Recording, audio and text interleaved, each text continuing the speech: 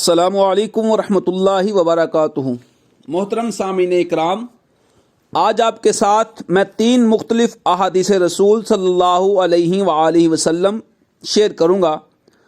تو چلیے شروع کرتے ہیں۔ پہلی حدیث ہے، سیدنا حضرت ابو ہریرہ سے روایت ہے کہ رسول کریم صلی اللہ علیہ وآلہ وسلم نے ارشاد فرمایا، یہ دین آسان ہے اور جو دین میں عملی طور پر سختی برتے گا تو دین اس پر غالب آ جائے گا اور اسے تھکا دے گا، لہٰذا صحیح راستے پر چلو، اور اگر مکمل طور پر عمل نہ کر سکو تو کم از کم دین سے قریب رہو، لوگوں کو دین کے معاملے میں خوش رکھو، نفرت پیدا نہ کرو، انہیں آسانی دو اور صبح و شام اور کچھ رات گئے اللہ کی عبادت کرو۔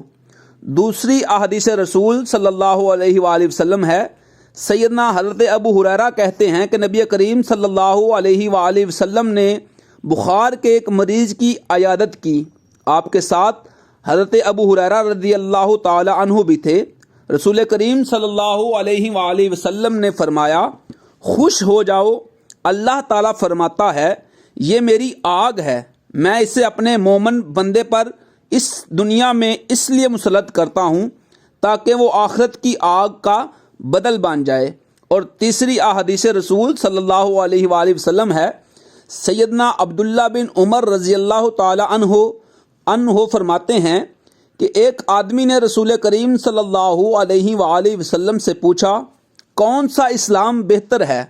تو نبی کریم صلی اللہ علیہ وآلہ وسلم نے ارشاد فرمایا کہ آپ کھانا کھلائیں اور ہر شخص کو سلام کریں، خواہ اس کو آپ جانتے ہو یا نہ جانتے ہو۔